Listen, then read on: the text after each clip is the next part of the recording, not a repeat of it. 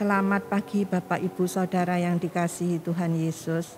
Selamat bertemu kembali dalam renungan sarapan rohani GPDI Situbondo. Renungan pagi hari ini saya beri judul Padang pasir diubah menjadi padang rumput. Mari kita akan sama-sama baca di dalam Yehezkiel 47 ayat 1 sampai 12. Tetapi kita baca di ayat 1 dan 2 saja. Kemudian ia membawa aku kembali ke pintu bait suci, dan sungguh ada air keluar dari bawah ambang pintu bait suci itu dan mengalir menuju ke timur, sebab bait suci juga menghadap ke timur, dan air itu mengalir dari bawah bagian samping kanan dari bait suci itu sebelah selatan mezbah. Ayat 2. Lalu diiringnya aku keluar melalui pintu gerbang utara, dan dibawanya aku berkeliling dari luar menuju pintu gerbang luar yang menghadap ke timur. Sungguh air itu membual dari sebelah selatan. Air yang mengalir dari bait suci ini, saudara, makin lama makin besar membual menjadi sungai. Air yang mengalir ini adalah air kehidupan, di mana kalau kita baca di ayat yang lain, ayat 8, laut asin yang mengandung garam bisa menjadi tawar, sehingga ikan-ikan menjadi banyak, makhluk hidup berkeriapan. Benar-benar terjadi keajaiban ya saudara. Pohon yang tumbuh di tepi sungai menghasilkan buah yang lebat, bahkan daunnya bisa dijadikan obat. Luar biasa terjadi keajaiban ini ya saudara. Setiap tanah, gunung, lembah yang dilewati sungai ini menjadi subur. Penglihatan Nabi Yehezkiel ini adalah pesan-pesan nubuatan, janji pemulihan, sebuah harapan bagi bangsa Israel. Kita adalah Israel rohani, akan menerima janji berkat rohani dan jasmani.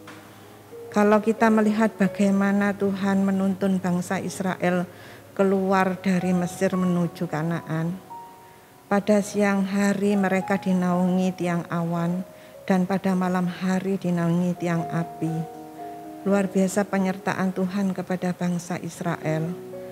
Tuhan menyediakan mana, daging burung puyuh. Kita akan baca di dalam Yohanes 7 ayat 38. Barang siapa percaya kepadaku seperti yang dikatakan oleh kitab suci, dari dalam hatinya akan mengalir aliran-aliran air yang hidup. Amin.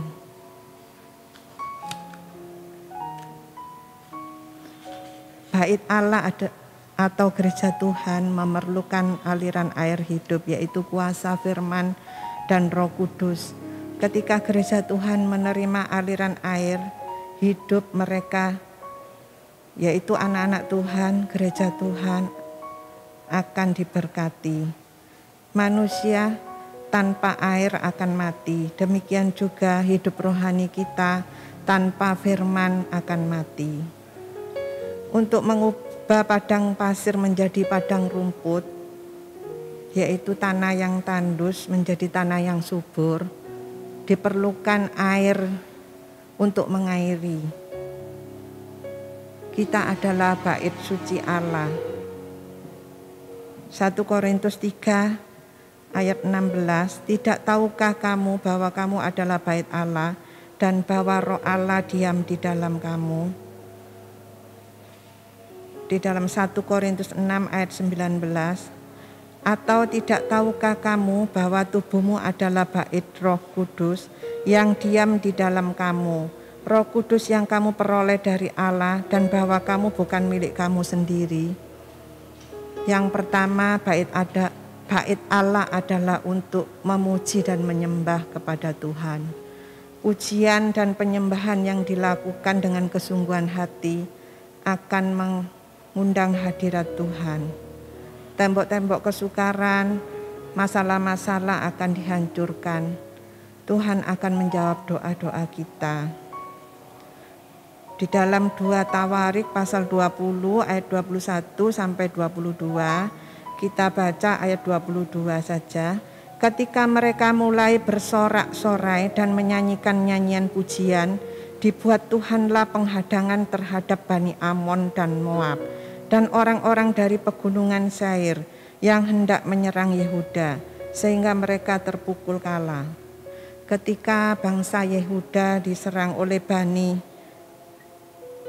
Moab dan Bani Amon, Raja Yosafat dan seluruh bangsa Yehuda berlutut menyembah Tuhan.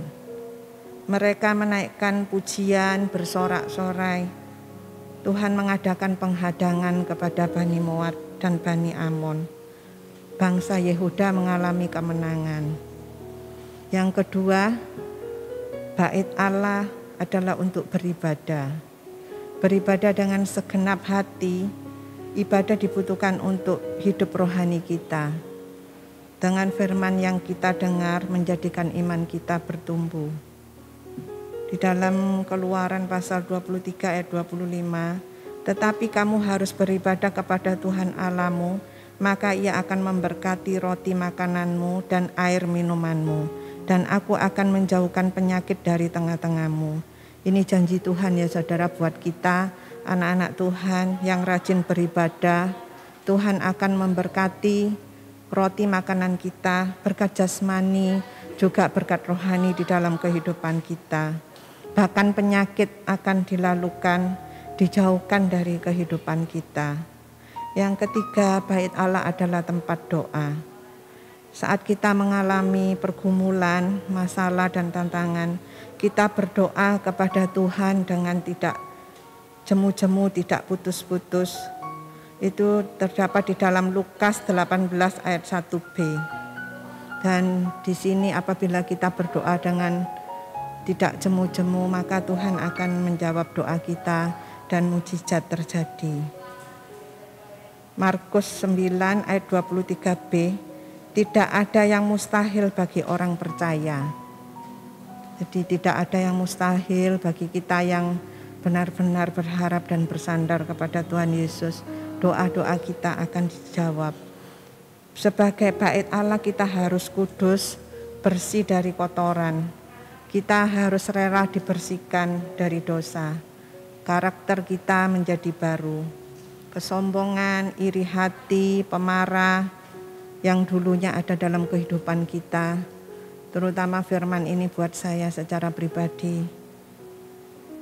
Setelah kita dibersihkan, maka Roh Kudus ada dalam kehidupan kita, menjadikan kita anak-anak Tuhan yang bertumbuh dan berbuah-buah.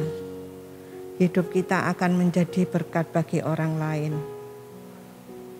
Saudaraku, kalau kita mengatakan tentang doa ya saudara, pada pagi hari ini saya ada satu teladan, mengingat teladan orang tua saya, yaitu almarhum mama saya, di mana beliau adalah seorang yang rajin beribadah, seorang yang setia kepada Tuhan Yesus.